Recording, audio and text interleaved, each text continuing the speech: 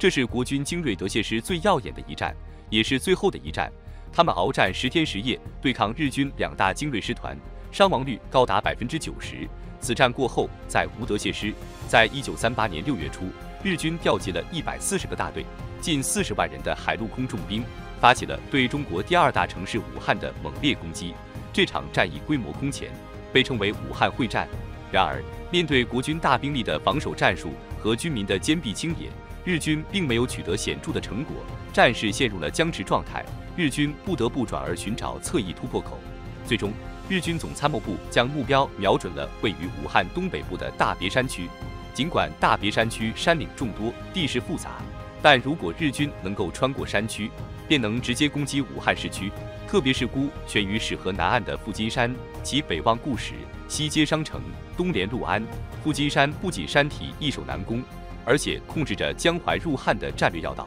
具有极其重要的战略地位。如果日军真的占据了富金山，那么武汉北部将失去防守的可能，国军将不得不在50公里长的大平原上与机械化程度更高的日军作战，这将极有可能改变战局。富金山作为兵家必争之地，无论对日军还是国军来说，都具有战略意义。因此，在战役开始之前，双方都将最精锐的部队调往该地区，力图一举决胜。日军指挥官田俊六特别将第10、第13两个兵团从河南中部调离，南下专责进攻富金山，放弃了原有的国军胡宗南部防线。说起这2个师团的编号，或许许多人并不熟悉他们的精锐程度，但提到这2个师团在侵华战争前都是日军的常备甲种师团，便能了解他们的威力。二战爆发之前，日本陆军维持了17个常备甲种师团及常备师团，他们配备了日本国内最先进的武器装备，并不断进行训练，可以说是17个杀人机器。在这17个常备甲种师团中，第10和第13师团更是精锐中的精锐。第10师团以师团长命名，被称为小种师团，其武器装备在全军中最为精良，是日军现代化师团的标杆。曾参与过日俄战争以及侵华战争初期的所有战役。第13师团更为凶悍，被称为敌州师团。自侵华战争开始以来，一直充当急先锋的角色，凭借坦克、重炮和大量飞机，勇猛无畏地冲击重镇，是日军甲种师团中战力最强的王牌。毫不夸张地说，如果此次日军的对手仅仅是常规部队，那么这2个师团足以突破江北防线，从而改变武汉会战的结局。然而，他们所面对的却是国军的精锐部队，情况显然不那么简单。此时，负责江北防线的国军指挥官陈诚也意识到了富金山的重要战略地位，他迅速采取行动，派遣了黄埔军校的杰出校友宋希濂，将其所指挥的71军部署在富金山。这支部队的武器装备并不逊色于日军，71军的部署显得十分关键。71军下辖36师、61师和88师，其中36师和87师特别引人注目。这2个师团配备了德式武器装备，并且聘请了德军军官进行训练，使得他们在战斗力上表现出色，被誉为国军中的德械师。由于其装备精良和训练有素，这些部队的战力不可小觑，成为国军防御富金山的核心力量。1938年9月2日，日军2大精锐甲种师团抵达富金山东面地区，开始在轰炸机的掩护下架桥渡河。尽管国军的36师和88师这2支装备德式武器的部队早已在富金山地区做好了充分准备，但他们的武器装备仅限于轻型武器，严重缺乏重火力，因此他们对日军的空中轰炸无能为力，只能眼睁睁看着日军顺利架桥渡河。雪上加霜的是，到了晚上，日军著名的山炮队第19联队趁黑夜行动，将36门山炮和12门重炮秘密运过河，并连夜修筑好了炮兵阵地。第2天上午，随着24架轰炸机和48门大炮的狂轰滥炸，日军精锐敌州师团第26旅团开始对国军36师驻守的富金山外围发起了猛烈进攻。由于事发仓促，加上外围平地不利于防守，36师按照宋希濂的指令，在略作抵抗后，放弃了前沿阵地，向附近山区内退去，以诱敌深入。而敌州师团也不愧为日军战力最强的王牌，其指挥官敌州立兵老奸巨猾，没有急于冒进，而是让第26旅团准备主攻山区，同时，第103旅团负责两地搜索，掩护主力并封锁道路。然而，尽管敌州立兵精心布置，仍未能预料到宋希濂早已布下了埋伏。富基山脚下有一条10米宽的河渠，上面即有2座小桥可供通行，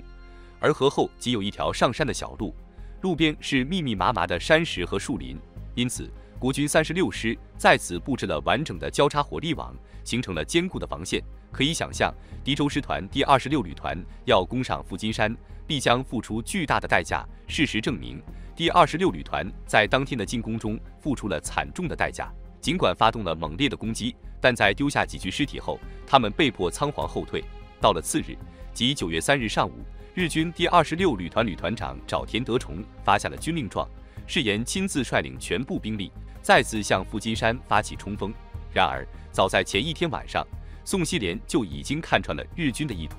针对日军可能的进攻策略进行了充分准备。他将36师分别部署在中锋和左翼，负责阻击和反击；将88师部署在右翼，专责突袭敌军后方的山炮队。不仅如此，宋希濂甚至不顾自身安危，亲自奔赴前线，激励将士们作战。当时，前线的将士们听到最多的命令就是狠狠地打。在出色的战术布置和指挥官的激励下，36师和88师这2支德械师爆发出了前所未有的战力，连续2天打退了敌军多次悍不畏死的冲锋。第26旅团的旅团长沼田德重甚至在战斗中受了重伤。面对主力旅团都未能攻下富金山，以及爱将沼田德重的重伤，日军师团长敌州立兵愤怒不已。9月6日，他决定采取极端措施，派出轰炸机接连向国军阵地投放毒气弹。或许有人会认为，作为德械师，国军肯定装备了防毒面罩。然而，经过长期的作战，防毒面罩已经严重不足，几乎没有剩余。面对日寇的毒气攻击，36师和88师在这种困境下，如何能够有效抵抗？1938年9月6日上午，日军精锐的敌州师团在毒气弹的掩护下，开始从东西两面加攻驻守在富金山的第36师和第88师这2支德械师。为了彻底攻克这座山岭，日军再次动用了24架战机和48门大炮组成的山炮队，对国军阵地进行狂轰滥炸。这次攻势可以说是自9月2日开始进攻以来最为猛烈的一次，无论是炸弹、炮弹还是毒气弹，均给国军造成了极大的伤亡。然而，与之前一样，日军的战术和企图再次被宋希濂看穿。前一天晚上，宋希濂将88师调整到山岭西面后方，准备伏击来犯的第26旅团。果然，西面日军第26旅团在遭遇伏击后，丢下500多具尸体，狼狈逃窜。与此同时，东面第103旅团对国军36师阵地发起了猛烈攻击，但依然未能奏效。敌州立兵的2面夹击战术最终宣告破产。连日来的失败使得敌州立兵开始重视这场战斗的严峻性。当天攻势结束后，他终于放下所谓的精锐骄傲，第一次向指挥部呼叫增援。日军指挥部决定将原本准备向前推进的小种师团调派过来。这一师团正如之前所述，武器装备精良，是日军现代化师团的代表，战力同样出色。9月7日上午，日军的最后疯狂进攻开始了。在飞机和重炮的掩护下，敌州师团和小种师团集中全部兵力向富金山区发起了猛攻。这一战役中的关键时刻发生在富金山上的妙高寺内。宋希濂早已洞察了日军的战略意图，但他并没有临阵退缩，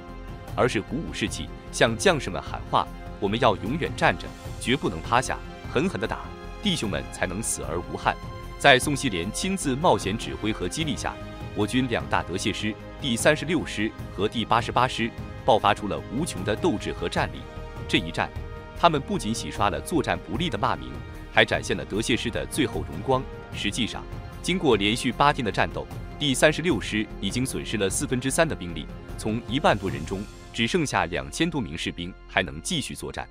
尽管面临富金山阵地已经易手一半，人员和弹药匮乏的困境，第36师和第88师依然毫无畏惧。他们以空前顽强的意志，